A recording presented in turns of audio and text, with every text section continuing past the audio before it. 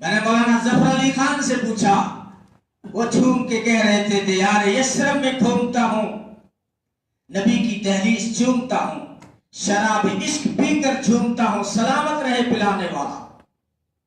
میں حسین احمد مدنی کے در پہ پہنچا، وہ کہہ رہے تھے تمکتا رہے تیرے روزے کا منظر، سلامت رہے تیرے روزے کی جالی، ہمیں بھی عطا ہو وہ شوق بوزر، ہمیں بھی عطا ہو جذبہ بلالی۔ جذبہ بلالی آج تو ہماری اذان خیالی ہو گئی ہے، ہماری اذان وہی اصلی جو بلالی ہے، تو ہمیں بھی عطا ہو وہ جذبہ بلالی۔ شیخ الہند کے دربار میں پہنچا، وہ تو بہت ہی زیادہ جھوم رہے تھے اور کہہ رہے تھے، ان کا تخیل مجھے ساتوں آسمانوں کے اوپر نظر آیا۔ وہ کہہ رہے تھے یہ جنت تجھ میں حور و قصور رہتے ہیں، میں نے مانا کہ ضرور رہتے ہیں، یہ جنت طواف کر میرے دل کا کہ میرے دل میں حضور رہتے ہیں صلی اللہ علیہ وسلم۔ ہمارے آقا حاضر ناظر نہیں حضور ہے۔ حاضر وہ ہوتا ہے جو در در پہ حاضری دیتا ہے، حضور وہ ہوتا ہے جس کے در پہ ساری کائنات حاضری دیتی ہے، ساری کائنات نے حاضری دی۔ تو خیر اس سب کے لیے آئے ہیں، کسی ایک کے شعبے کے لیے نہیں آئے، صرف مسلمانوں کے لیے نہیں، اِنَّا أَرْسَلْنَاكَ إِلَّا رَحْمَةً لِلْعَالَمِينَ، سارے عالموں کے لیے، سارے کہکشاؤں کے لیے، سارے جہانوں کے لیے، سارے انسانوں کے لیے، سارے حیوانوں کے لیے، جمادات کے لیے، نباتات کے لیے، سب کے لیے میرا نبی رحمت بن کے آیا۔ وَمَا أَرْسَلْنَاكَ إِلَّا رَحْمَةً لِلْعَالَمِينَ۔ ہاں فائدہ تو اس نے پہنچایا جو زمین شاداب تھی، اس سے فائدہ ملا، نفع ملا، لیکن جو زمین بنجر تھی اس میں تو اور زیادہ بدبو پھیلی۔ رحمت کے چھانٹے سب پہ پڑے، ابو جہل پہ بھی پڑے لیکن بدبو پھوٹی، کانٹے نکل آئے۔ ابو لہب پہ بھی چھانٹے رحمت کے پڑے لیکن بدبو پھیلی۔ جیسے بنجر زمین ہو تو بارش کیا کرے، زمین بنجر ہو تو بارش کیا کرے، چھانٹے سب پہ پڑے، لیکن جو زمین شاداب تھی وہ اس میں تو پھول کھلائے۔ یہی رحمت کے چھانٹے جب پڑے نس ابو بکر پر تو صدیق بن گیا، یہی رحمت کے چھانٹے پڑے عمر پر تو فاروق بن گیا، یا یوں کہوں تاجر آ رہا تھا رحمت کے چھانٹے پڑے صدیق بن گیا، تلوار لے کے آ رہا تھا رحمت کے چھانٹے پڑے عادل بن گیا، ایک مالدار آ رہا تھا رحمت کے چھانٹے پڑے وہ ذوالنورین بن گیا، ایک بچہ آ رہا تھا کھیلتا ہوا رحمت کے چھانٹے پڑے حیدر کرار بن گیا، ایک جو ہے وہ ابو ذر آ رہے تھے رحمت کے چھانٹے پڑے زہد کا سلطان بن گیا، سلمان فارسی آ رہا تھا دور سے آ رہا تھا بھٹکتا ہوا آ رہا تھا در نہیں مل رہا تھا، رحمت کے چھانٹے پڑے خاندان نبوت کا فرد بن گیا۔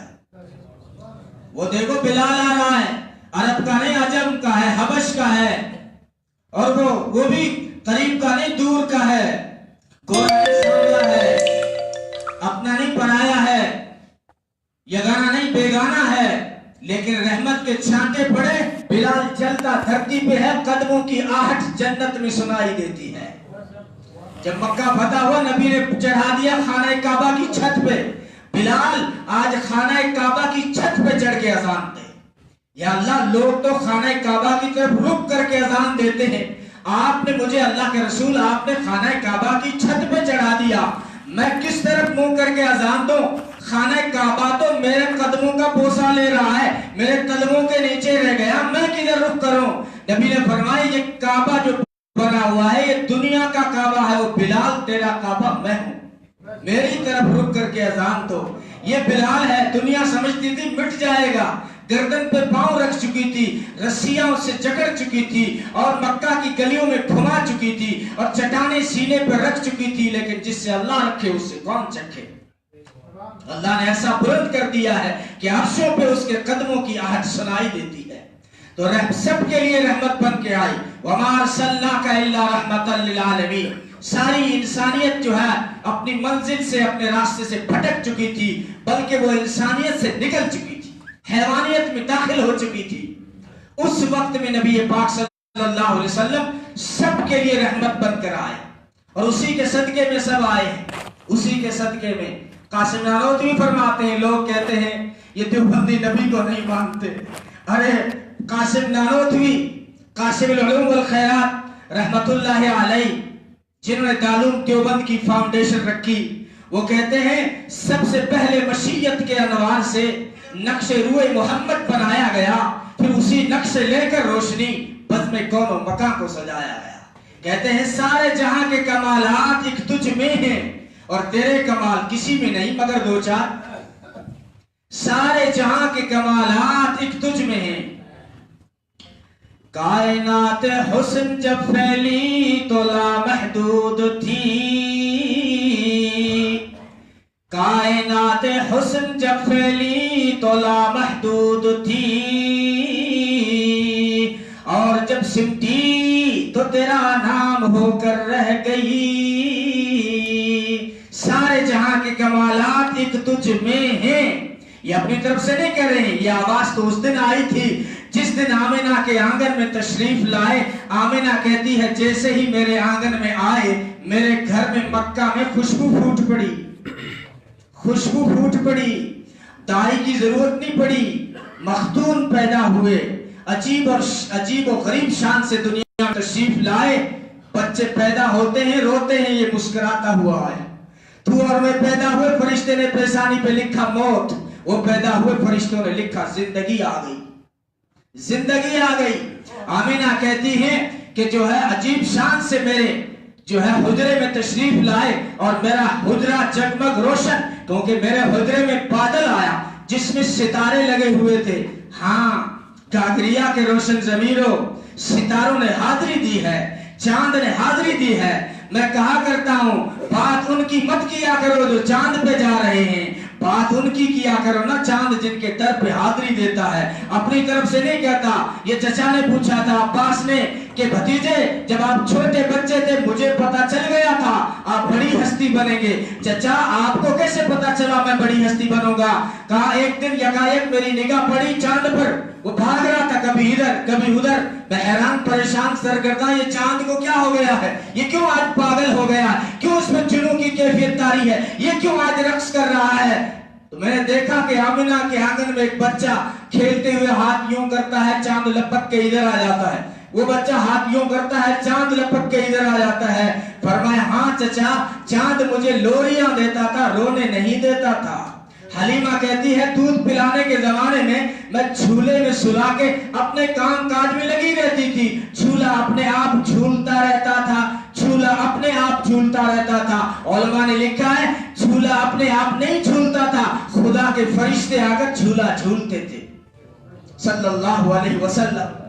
تو کہتی ہے وہ کمرے میں بادل آیا جس میں ستارے لگے ہوئے تھے، اس بادل کے اندر سے آواز وہ آئی جو قاسم العلوم والخیرات فرما رہے ہیں کہ اس بچے کو آدم کے اخلاق دو، شیش کی معرفت دو، نوح کی شجاعت دو، صالح کی فصاحت دو، لوط کی حکمت دو، دانیال کی محبت دو، الیاس کا وقار دو، یوشع کا جہاد دو، موسیٰ کی شدت دو، یعقوب کی بشارت دو، یوسف کا حسن و جمال دو، اور یحییٰ کی پاک دامنی دو، ابراہیم کی دوستی دو، اسماعیل کی قربانی دو، عیسیٰ کا زہد دو۔ آدم سے عیسیٰ تک جو کچھ نبیوں کو ملا ہے وہ سب کچھ اس ایک بچے کو دے دو، کیونکہ یہ بچہ کوئی عام بچہ نہیں بلکہ ہونے والا سارے نبیوں کا بھی سردار ہے صلی اللہ علیہ وسلم۔ تو یہ کہہ رہے ہیں سارے جہاں کے کمالات ایک تجھ میں ہیں۔ مجھے کسی نے منع کر دیا پڑوس کا نام مت لینا، میں صرف پڑوسی کہہ رہا ہوں، پڑوسی نوجوان عالم ہیں، وہ کہتے ہیں میں نے تھوڑی سی ترمیم کر دی ہے۔ مولانا قاسم نے فرمایا تھا سارے جہاں کے کمالات ایک تجھ میں ہیں، اور وہ جوان کہتے ہیں سارے جہاں کے کمالات ایک تجھ سے ہیں۔